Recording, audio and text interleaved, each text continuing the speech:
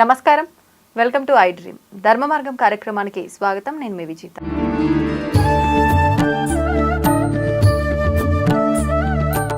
ప్రస్తుతం మనతో పాటు ఉన్నారు ప్రముఖ జ్యోతిష్యులు అవినాష్ దాస్ గారు. ఇప్పుడు వారితో మాట్లాడి మరిన్ని విషయాలు తెలుసుకుందాం. నమస్కారం అండి. నమస్కారం అండి. ఓం నమ శివాయ, ఓం నమో వెంకటేశాయ.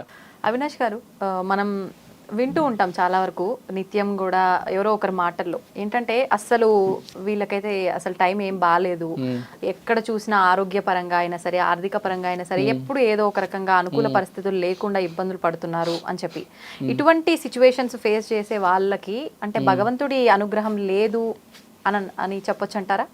బేసిక్గా మనిషి జీవితం అనేది 7 years సైకిల్స్లో నడుస్తూ ఉంటుంది. 7 years సైకిల్. కొంతమందికి 16 years సైకిల్ నడుస్తూ ఉంటుంది. అంటే ఇప్పుడు పోయిన 7 సంవత్సరాలు నా ప్రవర్తన ఎలా అయితే ఉంటుందో వచ్చే 7 years ఈ రిజల్ట్ వస్తూ ఉంటుంది.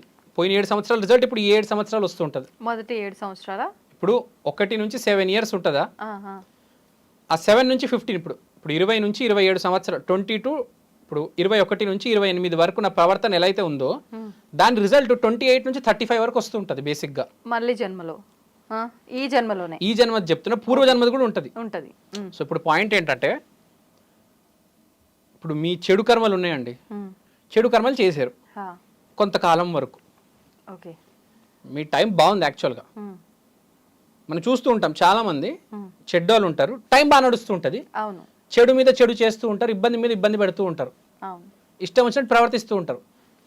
7 years 1 2 3 4 5 6 7 years నడుస్తుంది. 7 years తర్వాత కర్మకారకుడు ఎవడు? శని వస్తాడు.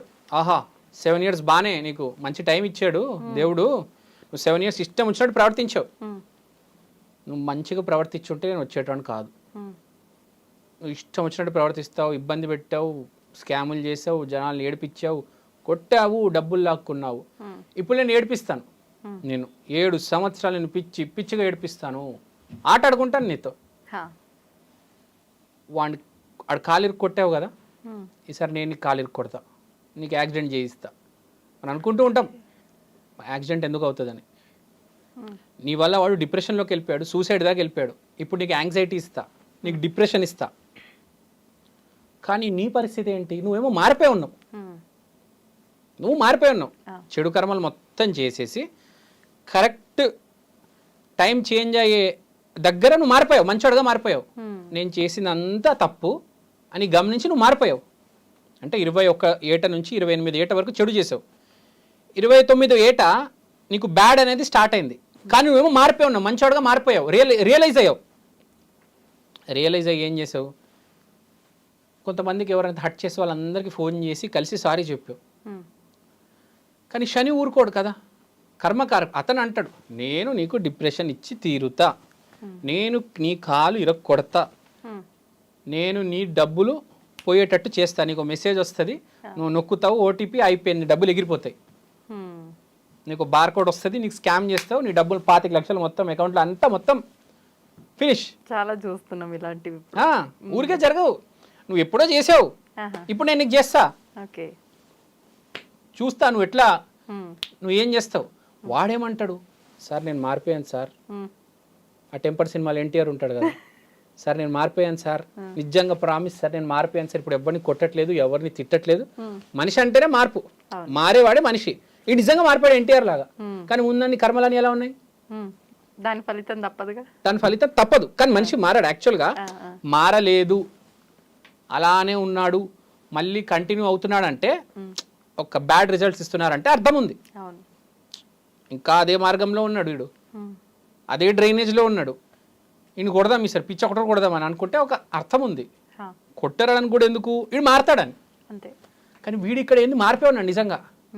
భగవద్గీత చదివి, రామాయణం చదివి మార్పు వచ్చింది, ఒక చైతన్యం వచ్చింది, ఒక ఆత్మజ్ఞానం వచ్చింది. ఇప్పుడు మనం రిజల్ట్స్ ఇచ్చేవాడు శని, కొంతసేపు శనిని దేవుడు అని పిలుద్దాం. ఇప్పుడు మీకు దేవుడు ఎదురు తిరిగాడు, శని ఎదురు తిరిగాడు. ఎదురు తిరిగితే కాపాడేది ఎవరు మిమ్మల్ని? దేవుని కూడా ఎదిరించగలిగేది ఎవరు? శనిని కూడా ఎదిరించగలిగేది ఎవరు? ఉన్నాడు, ఈ భూమి మీదే ఉన్నాడు, మీ చుట్టుపక్కలే తిరుగుతూ ఉంటాడు. అతని పేరు గురువు. Okay. He's the one and only person. దేవుడికి అడ్డు నుంచొని ఇడు మారాడు, అరే శనిగా నువ్వు పో, ఇక్కడ నుంచి బయలుదేరు. దేవుళ్ళు ప్లీజ్ మారాడు సార్ మా వాడు, ప్లీజ్ వదిలేండి సార్ మా వాడిని, క్షమించండి సార్. మారాడు సార్, దాన ధర్మాలు చేస్తున్నాడు సార్, నిన్న 5,000 ఇచ్చాడు అనాథాశ్రమంలో, మంచి పనులు చేస్తున్నాడు సార్, కళ్ళు కనపడిన వాళ్ళకి రోడ్డు దాటిస్తున్నాడు, చిన్నపిల్లలకి చదువు చెప్తున్నాడు. వాడేమో శని ఓవర్ యాక్టింగ్. నేను అస్సలు వదలను, ఎట్టి పరిస్థితులను వేధిస్తా. ఇప్పుడు గురు రికమెండేషన్తో దేవుడు అరే శని నువ్వు ఆగరా, మారాడంట, వదిలేరా బాబు, అస్సలు వదలను నేను అని కొడతాను, నన్ను చంపేస్తాను నేను అంటాడు. అప్పుడు ఈ గురువు అనే పర్సన్కి దేవుడు కూడా రెస్పెక్ట్ ఇస్తాడు. గురువు అనే మనిషికి ప్రతి మనిషి, ప్రతి దైవం అతనికి రెస్పెక్ట్ ఇవ్వని వాళ్ళు ఎవ్వరు లేరు. సో గురు ఆరాధన అనేది చెయ్యాలి.